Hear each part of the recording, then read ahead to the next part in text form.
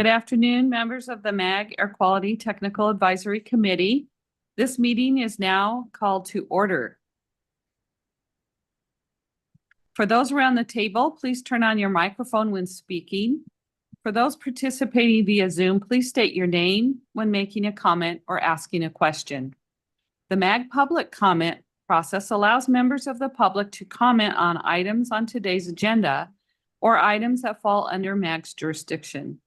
If you would like to comment at today's meeting, please fill out a request to speak card located on the meeting room counter and give it to MAG staff.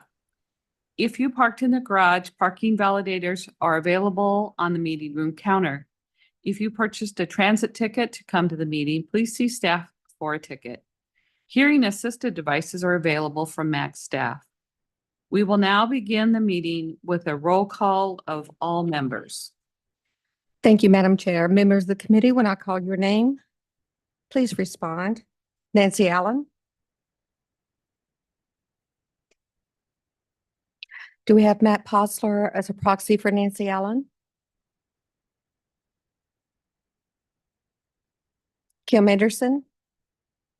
Here. Thank you. Dave Barry? Walter Bouchard? Kim Butler? Here. Thank you. Derek Castaneda?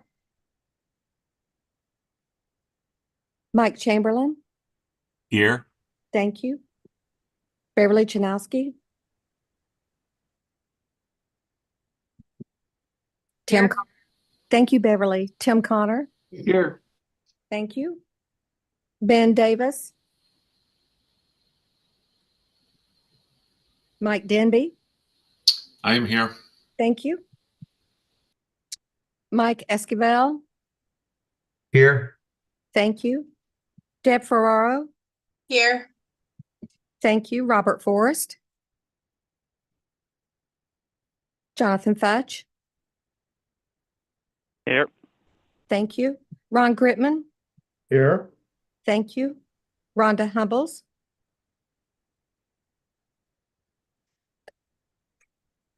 Anu Jane? Here. Thank you. Hondo Judd? Spencer Camps? Aaron Cooper? William Loper? Here. Thank you. Kelly McKenzie? Kelly McKenzie? Yeah. Thank you. J.C. Porter? Here. Thank you. Monica Rabb? Here. Thank you. Megan Sheldon? Here. Thank you. John Sherrill? Susie Stevens? Romare Truly? Steve Trussell? Kristen Watt? Rick Williams? Christian Watt is here. Sorry. Thank you, Kristen. Rick Williams? Here. Thank you. Michelle Wilson? Here. Thank you. Madam Chair, we have a quorum. Thank Pardon, you. Madam Chair. This is Matthew Potts with the City of Phoenix. My computer decided to restart when Nancy Allen was called. Thank you, Matt. We have you as in attendance. Thank you. Thank you. Our next item is call to the audience. This is an opportunity for the public to comment on items that fall under MAG's jurisdiction that are not on the agenda or that are on the agenda for discussion and not for action. 15 minutes will be provided for the call to the audience unless the chair requests an exception to this limit. I haven't received any requests to speak cards here. MAG also provides the opportunity for members of the public to submit written comments via the MAG website. Any comments received 2 hours prior to the meeting have been shared with the committee members in advance of the meeting for consideration and will be included in the formal meeting minutes.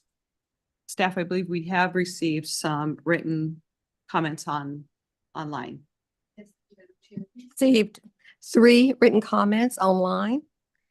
And those were provided to the committee in advance of this meeting for consideration. Those comments will be included in the formal minutes meeting. Thank you. Our next item on the agenda is approval of the October 26, 2023 meeting minutes. Is there any discussion from the members?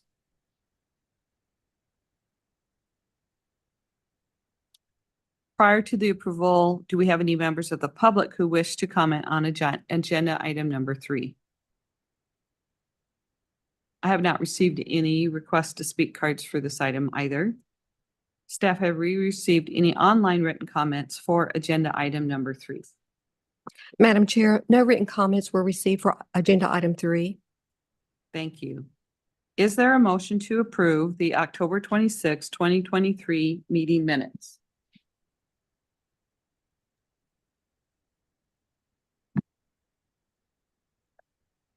I'll make a motion to approve. This is Deb Ferraro. I'll second that. This is Ron Gritman. Thank you. We have a motion from Deb Farrar and a second, I didn't grab the name, Ron Griffin. We will have those participating in the meeting online now take part in the voice vote by turning on their cameras and unmuting their audio. We need to see the faces of everyone to participate in the voice vote. This is to speed up the voting process. For those who cannot or do not wish to turn on their cameras, staff will conduct a roll call vote. Staff will only call on those virtual participants who did not turn on their cameras. Members, please leave on your cameras until the roll call vote is completed so that staff can count the people's names whose cameras are not on. So now we will take a voice vote of those in the room and those online. Those in favor, say aye. Aye. Aye. Pausing just for a second so they can count it.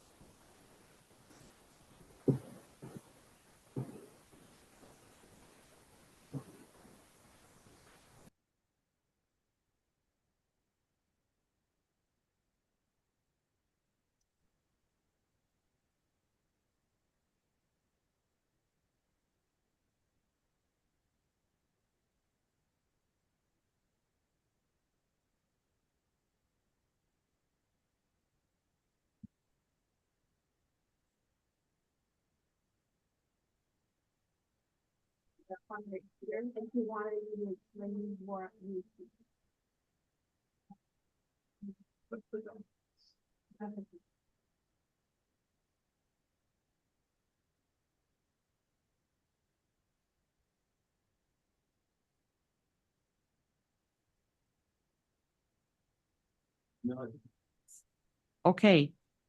Any opposed, please say nay.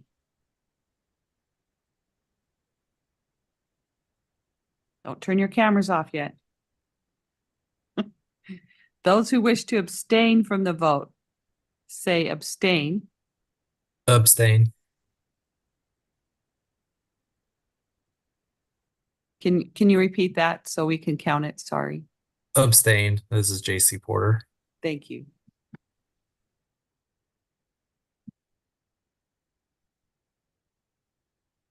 You ready? Okay. Ready. Okay. Staff, can you take a roll call of the members participating virtually who did not turn their cameras on? Keep your cameras on if you already did. William Loper. Aye.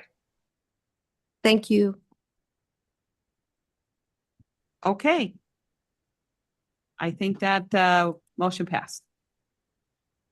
All right. Item number 4 is an update on planning efforts to address non-attainment of the 2015 ozone standard in the Maricopa region. And here to speak on that is Matt Poppin from MAG. Kelly McKenzie from Arizona Department of Environmental Quality, and Phil McNeely from Maricopa County Air Quality Department. Thank you, Madam Chair and members of the committee. We wanted to take this time today to give you an update on where things stand with our ozone planning activities in the region. And we're very thankful that Phil McNeely from Maricopa County and Kelly McKenzie from Arizona Department of Environmental Quality have agreed to also present what they have been doing in terms of their planning activities. So we'll hope you'll find this presentation somewhat comprehensive and as a great update on where we are currently. Next slide, please. So to kind of frame things for everybody, as we've been working towards the planning activities, we all have this shared vision of attainment of the 2015 standard. That's not to say that that's an easy thing to attain by any means. There are very significant challenges that are associated with attainment of the 2015 ozone standard. But that is the vision for our region, and we believe attainment will support public health, the environment, and economic development in our region. That said, there are several challenges that come along with this vision of trying to attain the standard. And we've really put together, in consultation with Maricopa County and Pinal County and Arizona Department of Environmental Quality, some goals to help us get there, or at least address the outstanding items that are associated. So I'm going to hit these kind of broad overview of goals and let you know what we're doing. One of our primary goals is to avoid the sanctions and a possible federal implementation plan that we're currently under when EPA issued their finding of failure to submit a moderate area plan. We have a goal to address the contingency measure requirements, avoid future higher classifications for the region and stricter controls that come with those, aggressive efforts to find sufficient emission offsets for growth in the region. And then we're aggressively pursuing EPA to recognize the unique conditions that exist here in Phoenix and Maricopa County in the Intermountain West, that we have unique challenges in terms of ozone that EPA needs to recognize as we all work together to try and meet this ozone standard. Next slide, please. So just a quick background slide. As many of you know, back in October of last year, EPA did publish a finding that a moderate area state implementation plan for the Maricopa non-attainment area was not submitted by the January 1st, 2023 deadline. That finding by EPA did trigger sanctions clocks. So within 18 months of the effective date of that finding, 2-to-1 emission offsets on major industries would apply if a plan is not submitted to EPA that addresses these outstanding moderate area requirements.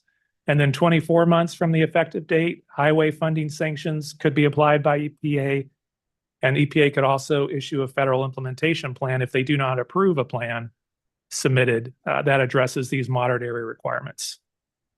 Next slide.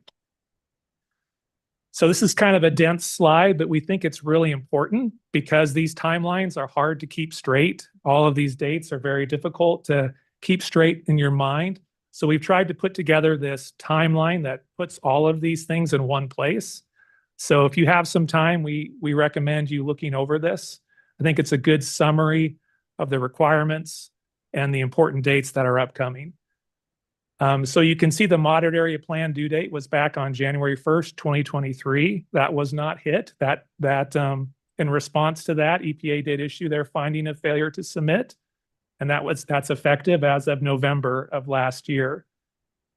The attainment date for the moderate area is August 3rd, 2024.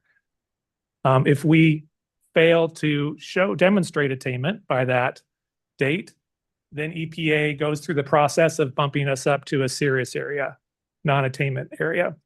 We don't know the specific timeline that EPA would do that under, but we think it would happen sometime between February 3rd to December 31st of next year. They could act earlier, but under the Clean Air Act, they're allowed 6 months from the attainment date before they have to act, but they could act earlier. So when the area is reclassified to serious by EPA, these new requirements kick in. The new serious area requirements kick in, and those are represented in those yellow boxes below the timeline. So we have the serious area major source thresholds for Title V sources, for major sources. That drops from 100 tons to 50 tons per year. The emission offsets required for a new Title V source, new major source, or a source that wants to expand, go up from 1.15 to 1.2. And then another major requirement of being bumped up to serious is you have to demonstrate a 3% reduction in emissions every year until attainment. And that can be a combination of nitrogen oxide emission reductions and volatile organic compound emission reductions. Additionally, if EPA makes a finding of failure to attain by the attainment date, that will trigger contingency measures that were supposed to be in effect with a moderate area plan. So EPA is going to require that the region put into place measures as quickly as possible that can also produce an additional 3% reductions from the 2017 baseline. So that's another factor to consider if EPA mandatorily bumps up the region. The boxes in pink are the sanctions deadlines I mentioned before. And the way that you avoid those sanctions is you submit a plan that addresses those outstanding elements. EPA has allowed us to do that two ways. We can do that by submitting a future serious area plan or by addressing the outstanding moderate area elements on their own in separate SIP provisions.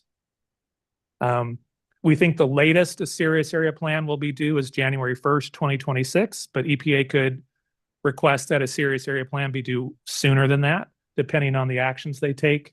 And then the new serious area attainment date will be August 3rd, 2027. And the last thing I want to note on here is EPA has indicated to us that if the requirement to implement contingency measures would not be triggered if the area was voluntarily bumped up to serious before the attainment date. So that's another point we wanted to point out. Next slide. So here's a slide of the latest ozone monitoring data through 2023. 2023 data is not official yet, but we don't believe that value will change, at least on the blue line. So our official ozone concentration design value for the period of 2021 through 2023 is 80 parts per billion. So that's 10 parts per billion over the standard.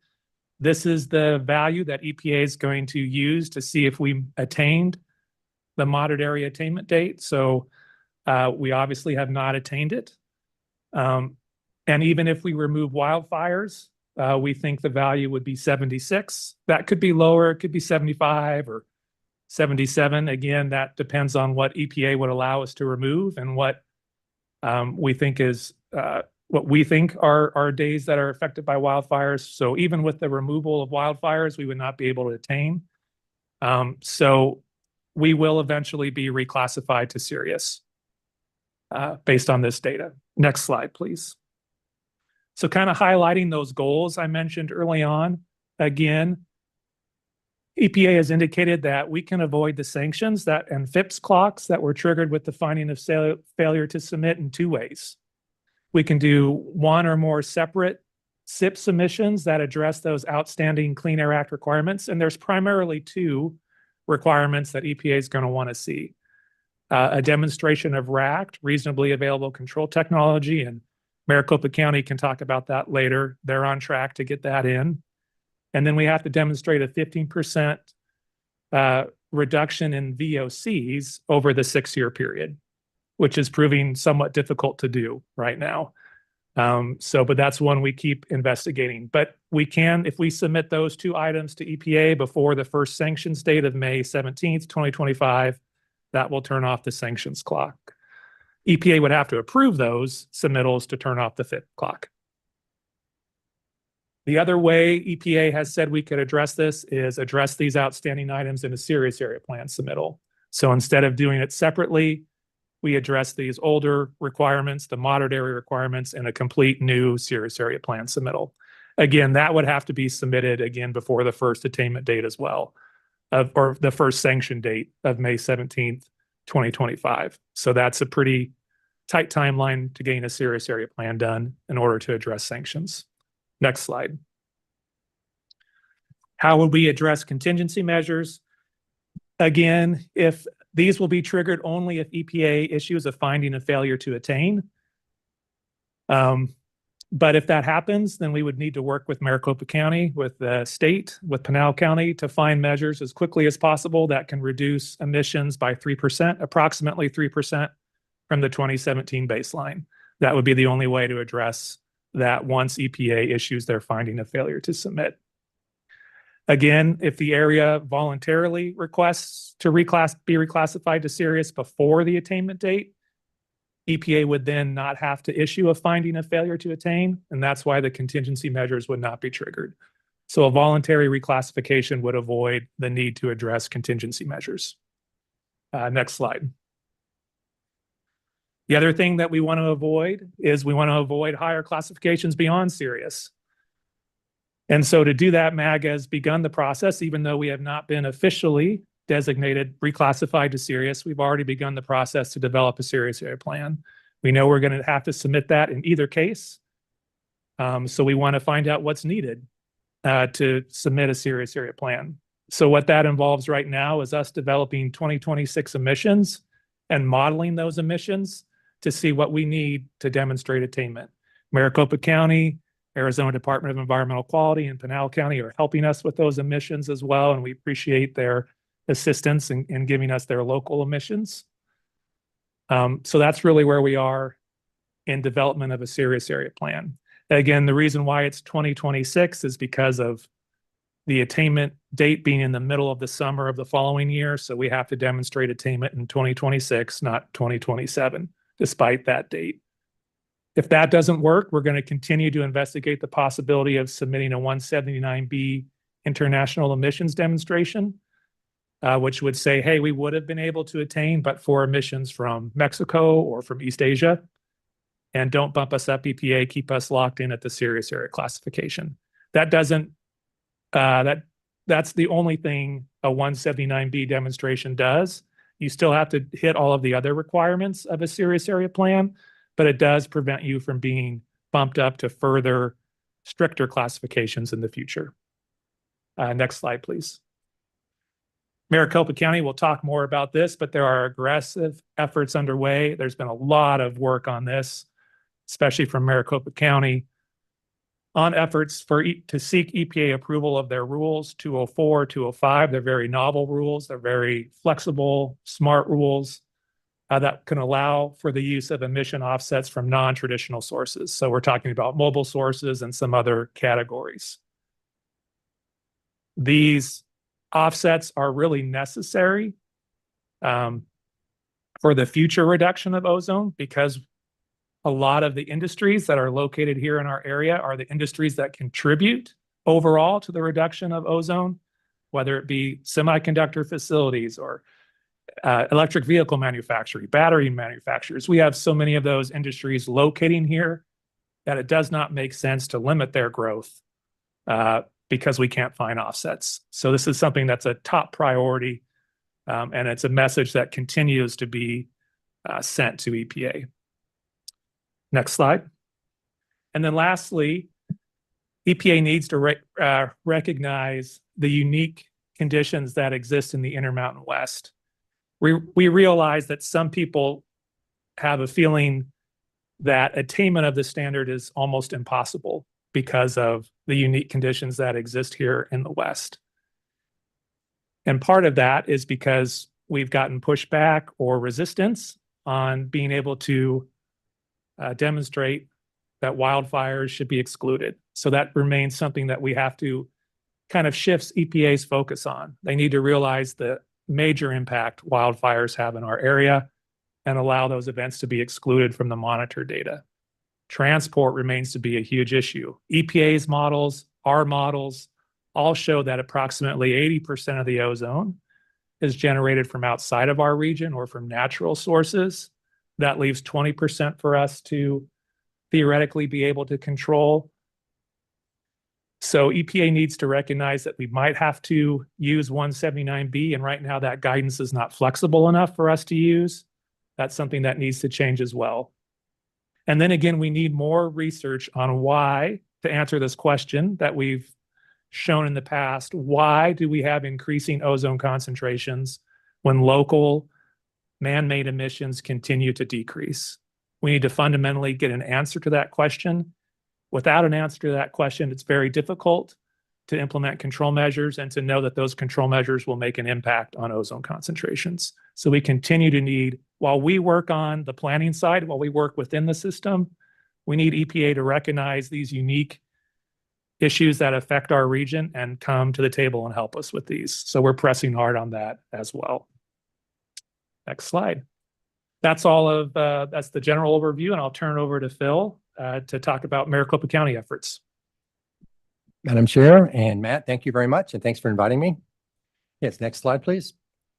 Yeah, so there's two things we have to do. One is really a RAC analysis to look at all of our rules, and the second thing is we have to find extra ozone, or VOC or NOx reductions to help MAG out with their modeling at to show that we actually can attain at the model. So the first part is the RAC analysis. Two things you have to do. One is you looked at the control technique guidelines. EPA has about 46 of those.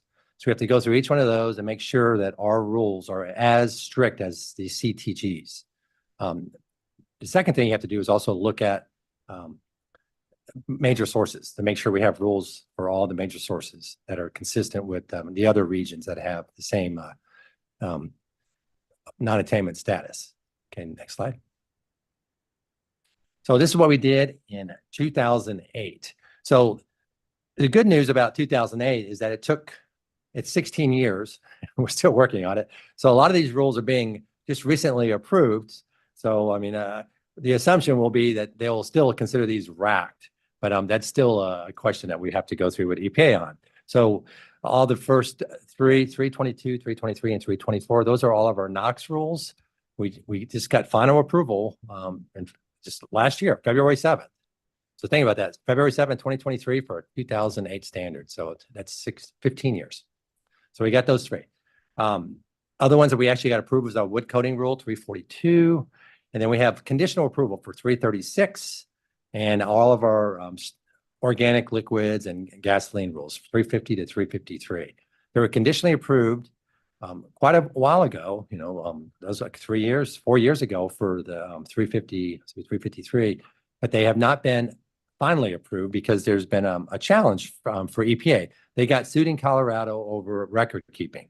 And the argument is that you have to have all records available to the public if anybody asks. And a lot of our rules we have were record at our request. So we'll go and do inspections and we'll say, show us your records. And we'll look at the records. We don't get copies of them because it's a lot of records. There's daily logs at dust sites. There's daily logs at gas stations. We don't want them to copy all their logs and submit all those logs and keep records. We've actually never had a member of the public ask us for those records ever. And since I've been here 10 years, and if they ever did, we could get those records. But so the lawsuit's basically saying, no, that's not good enough. They want the records housed and publicly available at any time. So EPA has not approved those rules. So we're just waiting for those rules to get approved. And that will impact our current rules too, because they still are trying to come up with what language will be acceptable. So a lot of the rules that we're going to talk about next, it will be, we can't necessarily submit them because if we do submit them, then they may get rejected because the language may change for record keeping. All right, next slide, please. All right, so now jump to 2015. So as I mentioned, we had, there's 46 CTGs. We went through all of our rules and all of our sources to see for all the sources we have, do we have a incorporating CTG that meets direct, that rule that meets CTGs? And out of the 46, 23, we do not have those sources. So we have, and that's not in the slide, but there's 23 negative declarations. So we'll go through and it's like, we don't do this type of process. We don't do that process. So half of the CTGs we don't do. The other 23 we do, and all of our rules we think pretty much meet the CTGs, except for Rule 331, and I'll talk about that next slide. The other thing you have to do is look at the major sources. So, we did all the major sources back in 2008, but we've had two new ones. Semiconductor manufacturing, which is Intel, they became a major source after 2008. And so did CMC Steel, which is our electric furnace. So we are writing 326, which is a brand new rule for electric furnace, and 338 was a current rule, but we had to make sure it meets the RAC standard. So those are two rules that we're working on because of this RAC analysis. Okay, next slide.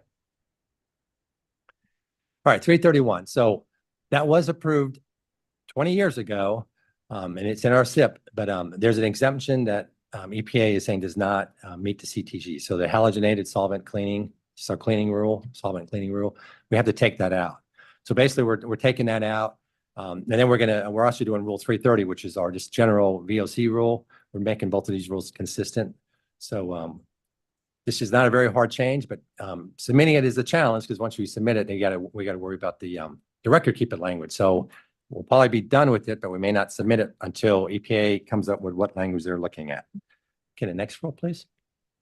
Next thing. Yeah, so these are two that we talked about. These are for the Title V sources. And the first one is 326. So currently we only have CMC Steel is the only major source that has this with the electric arc furnaces. But if anybody else comes in the future and wants to do this type of operation, Rule 326 will apply to them. So currently this is really not impacting many different facilities. Rule 338, which is our Intel semiconductor rule, that actually does impact about 52, I believe, sources. So that does have a little bit of impact. But one thing we're looking at too is when we do, these are major sources. So they're technically backed, they're the best available control technology. So we are writing a RAC rule. So RAC doesn't necessarily need to be as stringent as backed, especially for all the minor sources. So that's one thing we've been working pretty closely with EPA to make sure that we're not writing backed rules for all the other sources that need it. So these are RAC rules. It's an art form, I think, determining RAC between RAC and backed. All right, next one, please. All right, so now these are not part of the RAC process. This is part of the process trying to reduce NOx and VOC. So when MAG does their modeling, it shows that by 2026, we actually meet the standard at their model. So the first one is organic material processing. That's the mulching and composting. It reduces VOCs and ammonia.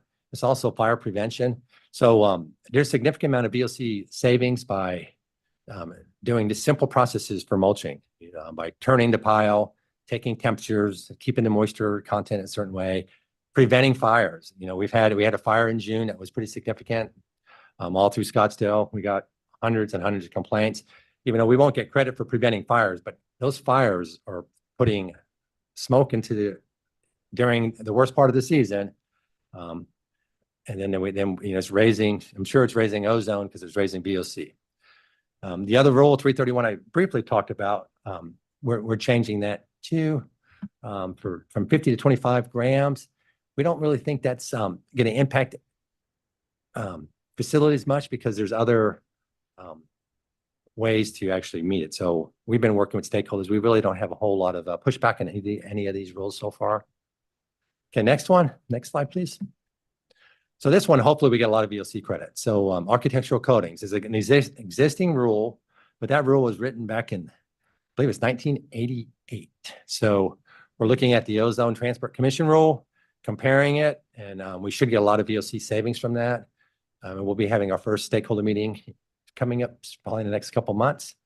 And the last one is vehicle idling restriction. So we currently do training for our dust, 316 and 310 training for all of our off-road equipment. So they make sure that they don't have dust. Well, now what we're trying to do is change our P21, which is our idling ordinance. We're going to add in there that the off-road equipment requires training, idling training. And then what we're going to do is just do the exact same people that we train on our dust. We're going to put in slides to train them at the exact same time. So it'll cost no extra money for our facilities. And it will be probably 5 or 6, maybe 7 extra slides. So that will, if you look at our emissions inventory, idling is a big thing, and off-road equipment is huge for NOx. So this is, well, hopefully we'll get a pretty good NOx saving on this. All right, next slide. All right, Matt talked about this, emission reduction credits. We've been working on these. We actually started, I believe it was in 2015 when we changed statute. So statute used to be where you can only have traditional sources. So we changed statute where you can have traditional sources, which is stationary sources. They have a permit, and non-traditional sources, which are sources that do not necessarily have a permit, sources that are mobile trucks, captured fleets, airport equipment, things like that. So that's what we did.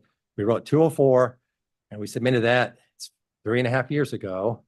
We worked closely with EPA, and there's three things for Rule 204. One is on-site equipment, which is a good one. So that's like the airport. When you go jump on an airplane and fly off, you'll see 3 or 4 support vehicles, fuel, bring food, bring luggage. Good chunk of those are diesel. They're spewing stuff out. If you can electrify that, you can get ERC credit. There's other places like rail yards, generators, portable generators, things like that. You can do the on-site equipment and then get credit for it. The other two at the top is truck stop electrification. And we're not talking about like truck stops at the side of at the interstate. We're talking about captured fleet. So there are warehouses out in the West Valley. There's so many of them. If they can just when their trucks pull in to get loaded up, if they can just plug them in and get a credit for that.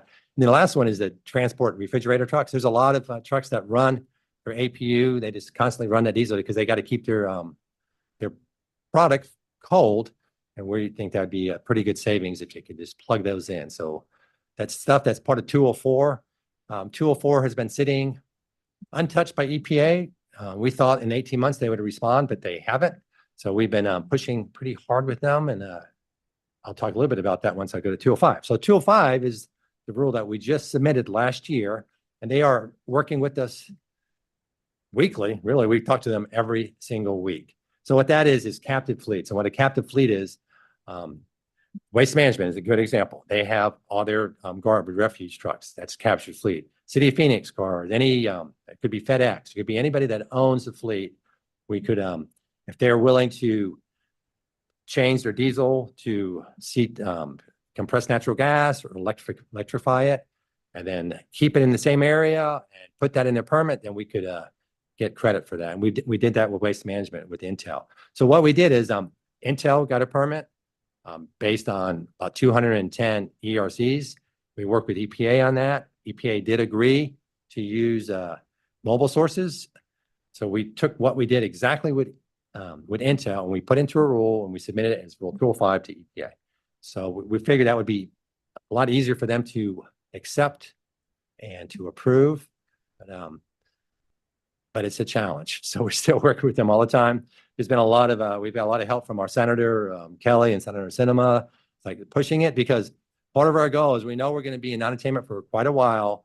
So we want to continue with economic growth. We want to create a program for ERCs across the board so we can actually have growth and continue to reduce air quality, air emissions, have better air quality. Okay, so EPA has agreed to give us a conditional approval on Rule 205, and they're saying they're going to give us a letter by mid-March. And then a conditional approval means that we would have to write a commitment letter saying, okay, we agree with your recommendations for approval, and we submit that commitment letter, and then they would give us a conditional approval. They're thinking sometime in June, and then we would have 1 year to comply with whatever we committed to, rewrite the rule, and then they'll approve it. The challenge with that is we haven't necessarily agreed with what they want us to change, and they're a moving target a lot of the times. It goes back and forth, so we can't really pin them down. So we're trying to pin them down. And then they've committed that once Rule 205 gets done, they will focus back on 204, and they're not going to approve 204, but they'll tell us what we need to change to get 204 approved. So this is it's really been about an 8-year process, starting from the statute to now, and we're continuing to work on it. It's not easy. Okay, next slide, please. That's all I have. Thank you. Yeah, thank you, Madam Chair. We can go to the next slide. We will have Kelly McKenzie from ADEQ speak. Thank you so much, Madam Chair, committee, for letting me speak today. I really do appreciate the opportunity. My name is Kelly McKenzie. I am the Air Quality Improvement Planning Manager at ADEQ.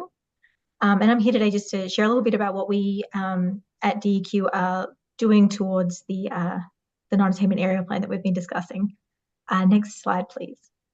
So we have a number of things that we're working on right now. So one of them is we are reviewing potential control measures that we could implement at a state level. We will continue to work with MAG, with Maricopa County, Pinal County, EPA, and stakeholders towards developing an approvable control package for this SIP. But yeah, the control measures that we're reviewing are still under consideration internally. So hopefully more to come on that in the near future. Next slide, please. We are also doing some work on the emissions inventories. So MAG has asked DEQ to do a review of the default EPA emissions for the 13 counties that are outside of Maricopa and Pinal that are in the current modeling platform. So as part of that, we're looking at our current emissions inventories, and we'll be providing any updated locally specific emissions for the model year 2026 where appropriate. Next slide, please. So we're going to be looking at point sources, our area sources, and then mobile sources, both on-road and non-road. So the team is currently working very hard on reviewing those emissions in the model, and we plan to give updates to MAG for inclusion in their modeling by the end of April 2024. Next slide, please. We are also reviewing the state statutes and regulations related to the Enhanced Inspection and Maintenance Program to ensure that it includes all of the requirements that are needed for a serious non-attainment area plan. We will also assist with any performance modeling that is needed for the plan. That modeling looks like us assisting with any moves modeling to determine whether the program that is implemented in Arizona achieves the same or better emission reductions as the model program described in EPA's regulations. In the past, it has shown that Arizona's program exceeds EPA standards, but we're just making sure that that is still the case using the updated version of MOVES. Next slide, please. And we are also doing a review of the state's non-attainment area new source review rules to make sure that they are also compliant with any serious non-attainment area requirements. As part of that review, we did notice that there was a small deficiency, and so we're going to be undertaking a rulemaking to look at R18-2-405, which is the special rule for major sources of VOC or NOx in ozone non-attainment areas classified as serious and severe, just to make sure that we have all of our bases covered. So that's another rulemaking that we're about to start, but that should make sure that we don't have any surprises later on with these rules. Next slide, please. Thank you very much. I'll pass it back to Matt. Great. Thank you again, Madam Chair, and we're open to any questions or comments that the committee might have. Thank you very much, all of you. Very, very informative. And I feel like I'm doing deja vu back to PM10 times 15, 16 years ago. So we did that. We can make this happen. I'm pretty sure. I did have one question for Phil. We talked about the Arizona emissions bank. So does that mean when you start working on that, it won't be just limited to those credits in Maricopa County? It would go beyond. So if there's a manufacturing in Pinal or somewhere else that could also attain those kind of credits? Yeah, our current, I mean, our rules are just for Maricopa County, but yeah, the Arizona emissions bank would be for the whole state. And I think even for the non-attainment areas, since it does include Pinal County, we could use ERCs there too, even though it's outside of Maricopa County. Great, because I know some of those manufacturing that you mentioned that could lead to reduced emissions are happening not just in Maricopa, but also in Pinal as well. So that would be great to keep that in mind. Did Kim, you had a? I'm gonna add to that. Those credits have to be generated inside the non-attainment area. Okay, So, we have to keep it. but it's Maricopa and But- Pinal. Yeah, Maricopa and Pinal, the whole non-attainment area, but if it's generated outside of the non-attainment area, they cannot be used in the non-attainment area. Okay, perfect. Thank you for clarifying. With that, do we have any other questions from members for anybody on the panel?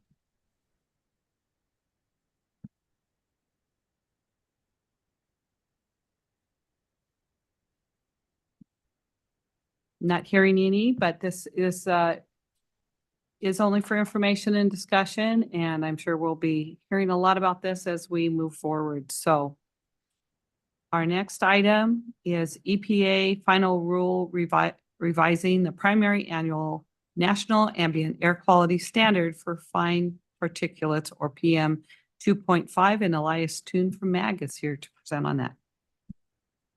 Thank you, Madam Chair, members of the committee. Next slide, Ted. Yeah, as was mentioned, I'll be giving an update today on EPA's final rule that revises the PM 2.5 NAC standard. Next slide, please. So just as a general background on the NAC's review process, so the Section 109 of the Clean Air Act requires the EPA administrator to set both primary and secondary air quality standards. And it also directs the EPA administrator to review those standards every 5 years.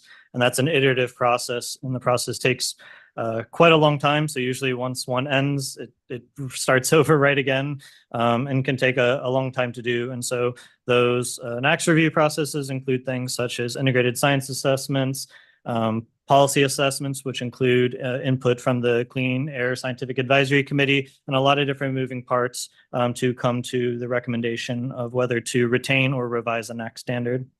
So the last review of the particulate matter standard for both PM10 and PM 2.5 was back in December 18 of 2020, where EPA retained both the primary and secondary coarse and fine particulate matter standards without revision. Next slide, please. However, on January 20th, 2021, President Biden issued an executive order to review certain executive actions, and one of those was the 2020 particulate matter standard final action. And so after review, on June 10th of 2021, EPA announced its decision to reconsider the 2020 PM standard final action. And in their announcement, they cited the current scientific evidence and technical information indicated that the current standard was not adequate to protect human health and welfare. And so that's using the same 2019 policy assessment and recommendation, two different administrations, two different conclusions. And so on January 6th of 2023, EPA announced a proposed rule to revise the particulate matter standard, and that was just finalized on February 7th of this year. Next slide, please. So looking at the standards, we can break it down into kind of four main buckets. So the first is the primary annual PM 2.5 standard. And so this is the only one that was modified in this reconsideration. And so the standard is being lowered from 12 micrograms per cubic meter down to 9 micrograms per cubic meter. And so in their initial action, EPA was taking comments on a range between 8 and 11. And so their proposal was to lower it between 10 and 9. And so they chose the lower of their reconsideration range for this standard. For the primary 24-hour PM 2.5 standard, they chose to retain the current standard, and that is the same for the primary 24-hour PM10 NACs, as well as the secondary PM standards for both PM10 and PM 2.5. Next slide, please. So just looking at how this is going to impact our region. Next slide. Here is a graph of the highest 3-year average of the annual mean in Maricopa County. So this is specifically looking at the highest monitor. And so this is going to be West Phoenix monitor from 2007 to 2022. And as you can see here at the very end, the West Phoenix monitor is currently sitting at 10.5 for its design value, which is lower than the old annual standard, but is not low enough to meet the new revised annual standard of 9.0. Next slide, please. So we wanted to toss this graph in here just to look at seasonality of PM 2.5.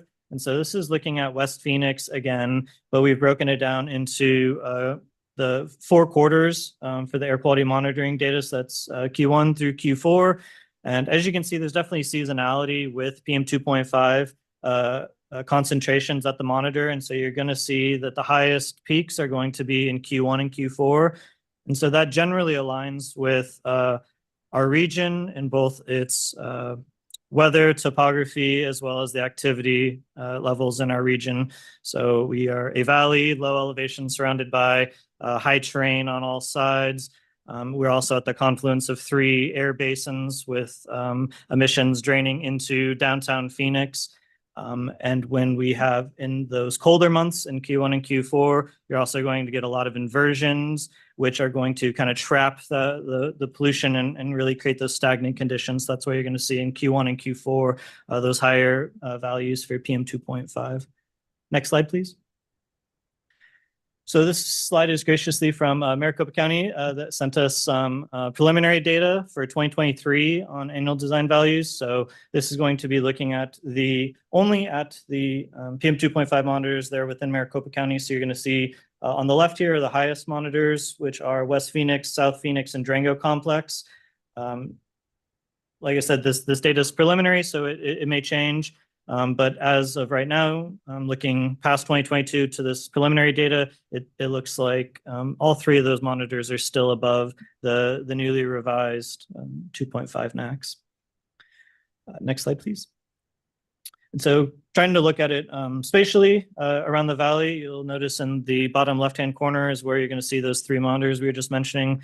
You're going to see West Phoenix, Durango Complex, and South Phoenix are really around that urban core. And as you go farther away from the urban core, you're going to see the PM 2.5 levels a drop. Next slide, please. So taking a bit of a wider look outside of Maricopa County, just looking at the 3 that are within Pinal County, you're going to see there's one up at Apache Junction Fire Station to the north, and then further down south, you're going to see Hidden Valley and Casa Grande are in the southern portion, with Hidden Valley being the monitor that does not currently meet the standard down there. Next slide, please. So trying to look at where the emissions are coming from in our region. So this is going to look specifically at the PM 2.5 in our region. So this is again taken from the 2020 periodic emission inventory developed by Maricopa County. And so looking at that information, most of the emissions in the area are going to come from non-point sources. And so if you look at the 2020 value under non-point, you're going to see that is a kind of a precipitous dump and also the largest category in our region of where these emissions are coming from. So some of the major contributors are going to be things such as fuel combustion, industrial processes, agricultural and livestock, and fugitive dust. And just as a caveat on why you see that big jump in non-point emissions, that's going to be a mixture of increased wildfire activity in the region, as well as changes in the methodology for calculating commercial cooking emissions, which was changed by EPA for 2020. And so that's why you're going to see that big jump for 2020. So with a revised NACs, that is going to trigger the requirement for a new emission inventory to be developed.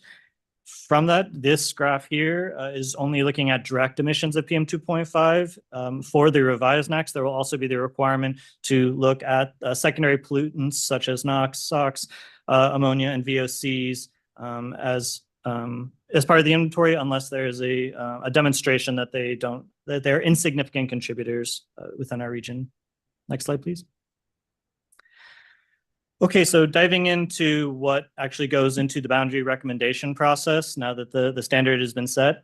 On February 7th, at the same time they set the standard, EPA also issued some guidance on the initial area designations for states and Native nations to look at for setting those boundaries. So under Clean Air Act Section 107D, states and Native nations are required to submit those designation recommendations within 1 year. And so the due date for those recommendations is going to be February 7th of 2025. EPA has 1 additional year after that, so 2 years total, to promulgate the revision for those standards. So that's looking at nominally February 7th of 2026. I think EPA has been using February 6th in their guidance so far, so it'll be around that time frame. States will make recommendations to EPA based off 2021 to 2023 air quality monitoring data, but since EPA has that additional year, they're going to get 1 additional year of air quality data that they are going to be able to incorporate into their determinations that states won't have to be able to make their initial recommendations. So states are going to have 1 set of data, they're going to make the recommendation, and then EPA is going to get a whole nother year that they're going to be able to look at to also base their decision off of. Next slide, please. Sorry for the dense slide. Trying to look into the process for setting the boundaries still. In Arizona, the procedure for NAC's boundary recommendations is outlined in Arizona Revised Statute, Section 49-405. And so the recommendation comes straight from the Arizona governor to the EPA administrator. And so built into that are different requirements, and most of them stem around requirements for the Arizona Department of Environmental Quality. And so in that, within 4 months prior to the deadline, the 1-year deadline for the recommendation to the governor, ADEQ must submit draft proposal recommendations and a technical support document to the governor that for he or she to consider. And then ADEQ must also provide notice, accept comments, and hold a public hearing on the recommendation no later than 46 days before the governor needs to make a recommendation. And then lastly, ADEQ must also submit to the governor 1 month before that February 7th deadline. So looking at January 7th, a final recommendation that incorporates a response to comment documentation from all of that public outreach that was done. Next slide, please. So looking past the boundary recommendation to what it actually means for air quality planning within our region, within 3 years of the establishment of a NAC, states must submit infrastructure SIP. So for our region, that's going to be a requirement for ADEQ to develop a new infrastructure or ISIP for the region that shows that we retain the same programmatic requirements to be able to implement the NACs. And then within 18 months, a new state implementation plan is going to be due. And those plans are designed around the different boundaries that are established. So depending on which and how many PM 2.5 non-attainment areas are established in our region, SIPs will need to be designed around those. And non-attainment state implementation plans, as we've kind of been talking a lot of the similar things with ozone, those basic requirements are things such as development of mission inventories, RACM-RACT, attainment demonstrations, RFP, reasonable further progress, and the development of contingency measures. Next slide, please. And that concludes my presentation, Madam Chair. Thank you. Thank you, Elias. This item was also just for information and discussion. So are there any questions from the members?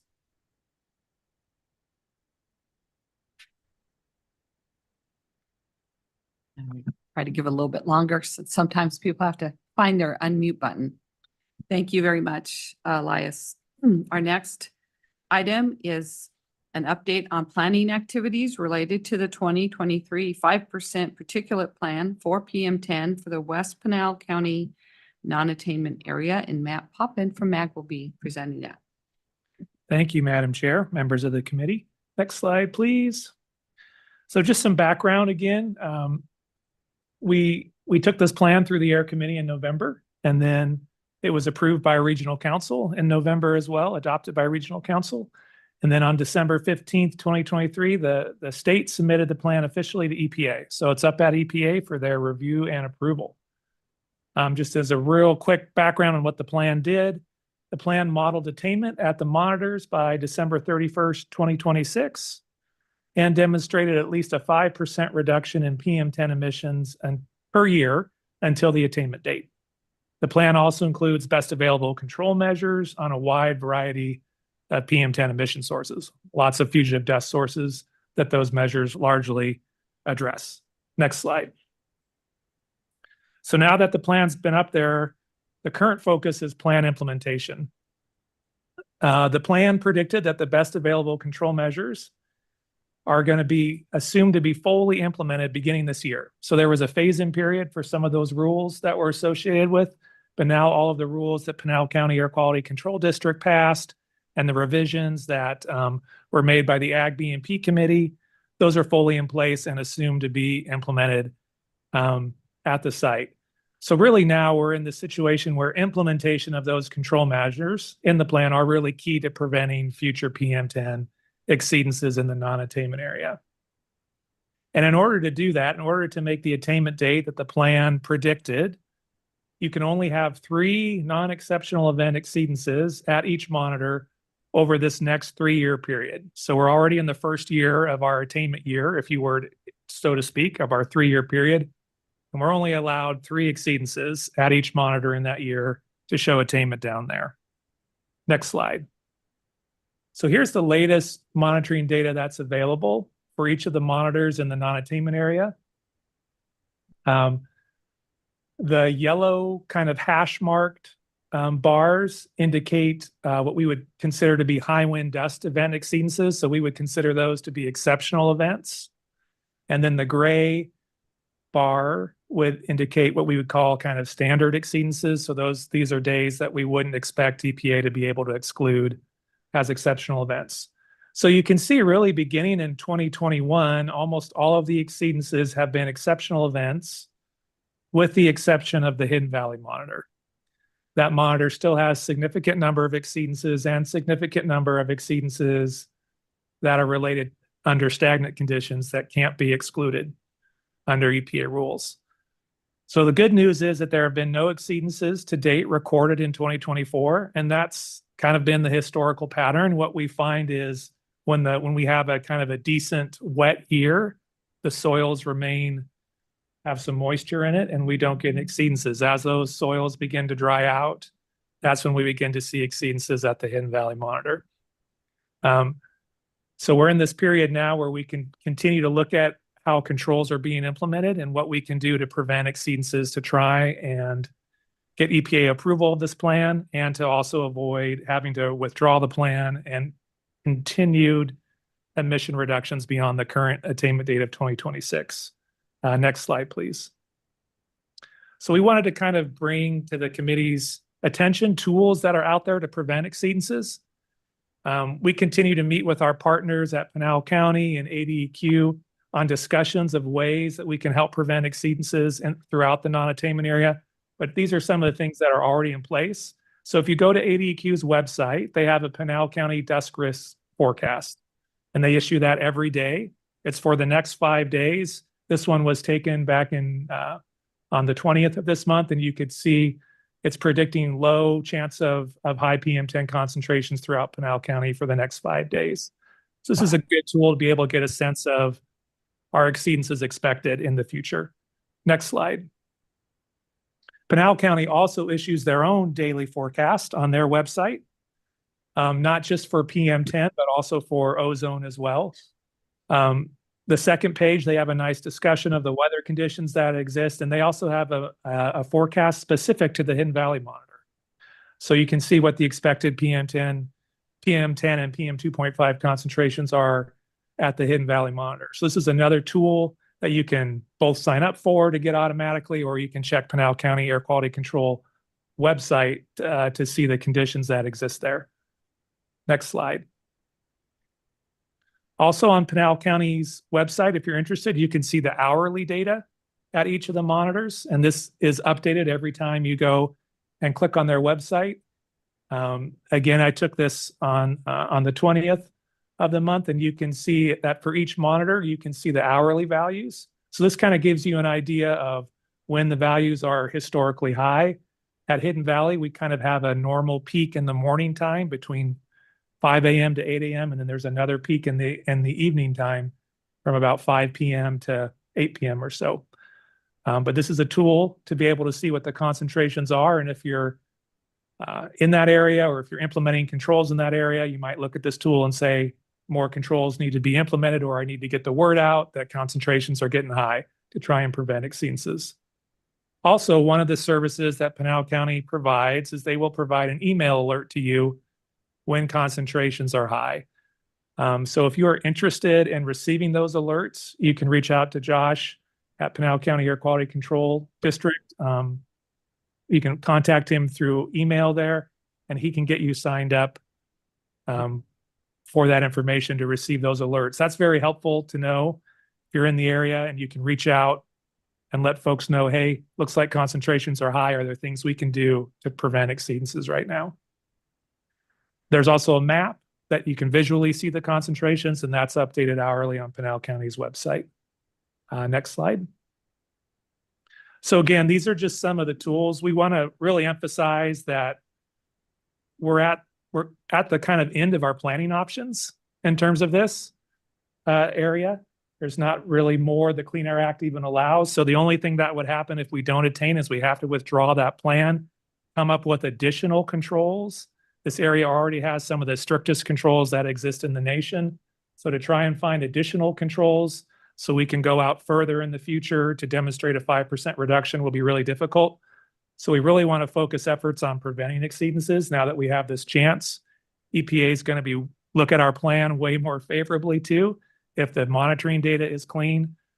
So that also increases the chance of EPA approving the plan. Again, we continue to have conversations with our partners in the area, with Pinal County, with the ag community, with Sun Corridor, looking at novel ideas to help prevent exceedances. One of the ideas we're exploring is possibly putting up some roadside digital signs that could alert travelers in the area. PM10 concentrations are high today. Please drive slow on unpaved roads, implement controls at your work site, that type of thing. So those are the type of things we're thinking about and looking about doing. Just wanted to bring this information, this topic to the committee to know that it's going to be really important for us to try and prevent exceedances moving forward. Thank you, Madam Chair. Thank you. Again, another item that's for information to discussion only. So are there any questions or comments from the MAG members?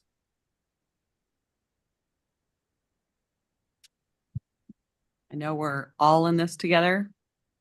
We'd like to put up a wall, but we can't. So we gotta help each other out on this. I appreciate the comments there. So now we're on to item number 7, which is requests for future agenda items. Topics or issues of interest that the Air Quality Technical Advisory Committee would like to have considered for discussion at a future meeting will be requested here. So are there any requests by the members for an additional item on a future agenda? This is Mike Denby with APS. I don't have a request for future agenda items, but I do want to thank all the presenters today. That was some excellent information, and I'm very grateful. Thank you. Yes, thank you very much. A lot of hard work went in. I think our next meeting is tentatively scheduled for Thursday, March 28th, 2024. And so if you have items that you think about later, you can just send them to MAG staff, and I'm sure that we can bring those items forward. So if there's nothing further, then business is now concluded. Is there a motion to adjourn the meeting?